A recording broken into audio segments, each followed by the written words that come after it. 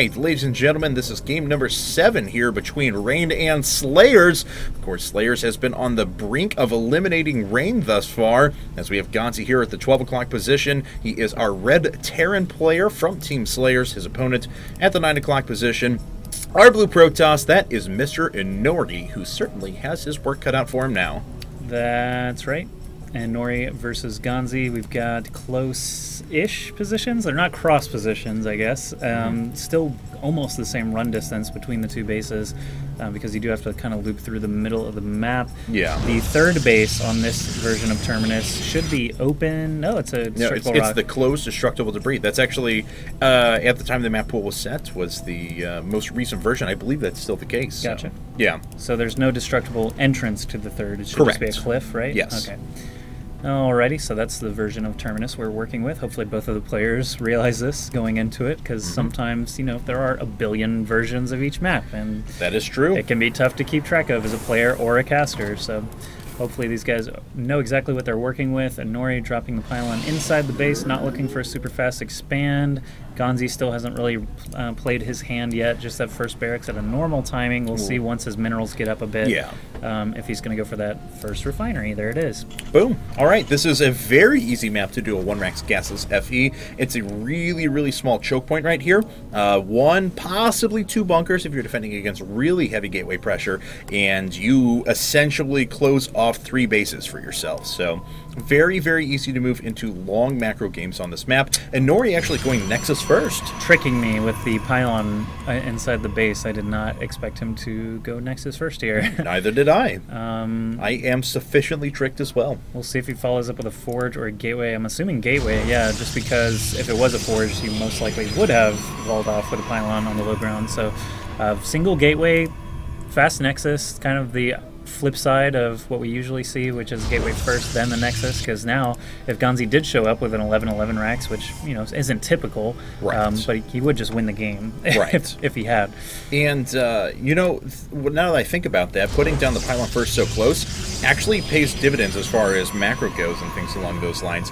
And he had the timing out on that next pylon very, very close as well, as within 2 seconds of actually being supply blocked there. So I know it may not seem like a lot, but when you're looking for every little advantage at the beginning of the game, putting that pylon in there first means you accumulate resources a lot longer, because you don't have to spend the probe travel time to move down, and add into that your supply gets freed up quicker as well, and it does help you out.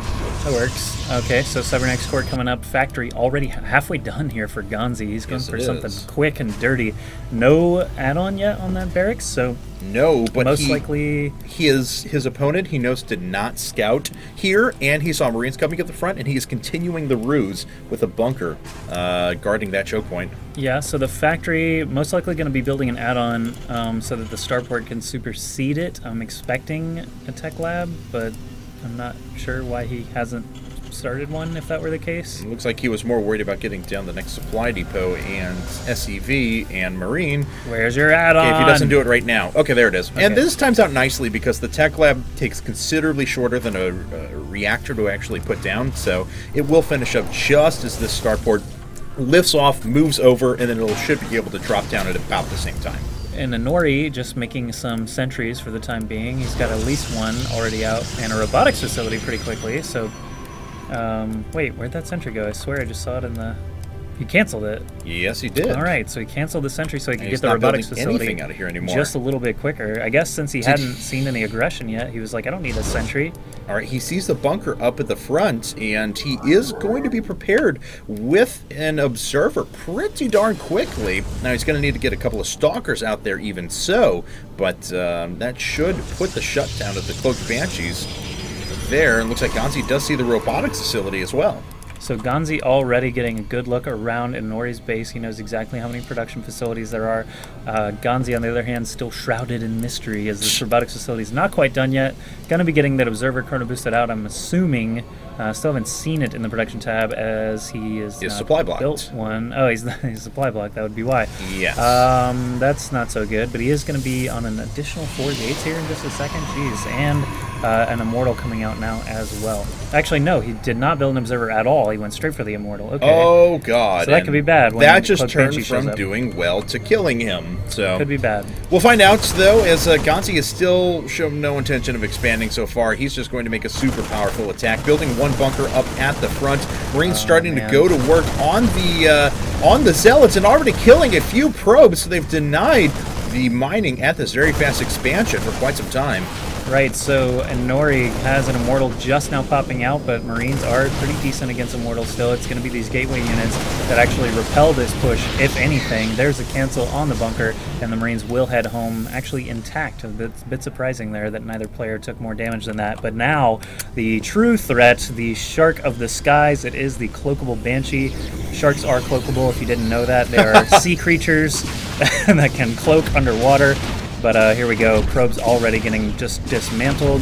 He never built an Observer after the Immortal came out. He did actually just finish wow. it. He just finished it up. So Banshee gets 8 kills already before just flying out of there. And here comes Banshee number 2. Oh, this is so brutal. Oh no, Inori.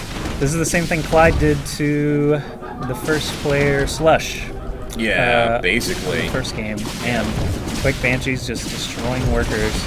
Amounted to kind of the same thing. That Banshee down at about half health now, and that one up to 8 kills. The other one is at 8 kills as well. 16 kills has more than paid for these 2 Banshees and the Cloak going along with it. It looks like Gonzi is just going to push with a very, very strong one-base attack. Yeah, again, after doing the damage with the Banshees, he just slowly makes 1 tank at a time, a couple of Marines at a time. Eventually, Siege Tech gets done, and he rolls out. By then, Inori's income is going to be so hampered by these Banshees that he may not have the defenses necessary. Still only got 1 sentry.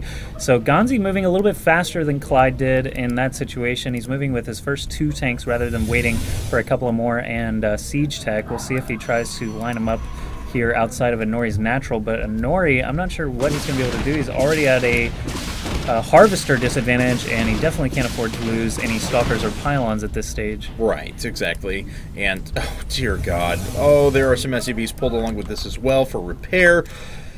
This is going to be very difficult for Inori to hold. Now, we did see a miraculous hold a few days ago, as a matter of fact, in Team Arena challenge. Similar situation whenever, oh God, I'm trying to think who it was. It was on Shattered Temple. It was Select tried to move down with a ton of forces, and good force fields ripped him a new one, but it happened just as the tanks were about to siege up, and unfortunately Inori missed that little bit of timing, and now the full contain is down for Gonzi, and these tanks are just going to start inching their way forward, and when the bunkers get constructed. Oh wow, that Mortal walks a little bit too close, trying to pick off a bunker. Takes a few siege blasts. The SCVs have already repaired everything back up to full. The Banshees are entering the main right now, actually, as well, while all this is going on.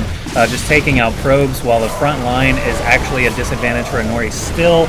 Things do not look good. Tanks still rolling in, but all these Marines with stim are going to be the DPS necessary. He's not even loading up those bunkers because he doesn't need to. He's going to salvage them, move forward with the Banshees and the Marines, and suddenly Inori is on the ropes. He's only got 38 supply. There's the GG. GG. SlayerS takes the series 5-2. And ReIGN, unfortunately, is knocked out of the tournament that guarantees SlayerS top 4, but they have to move on now to compete against Complexity MVP to be in the money. That's right, SlayerS could actually still exit this tournament without getting any of that sweet dough. 是上将。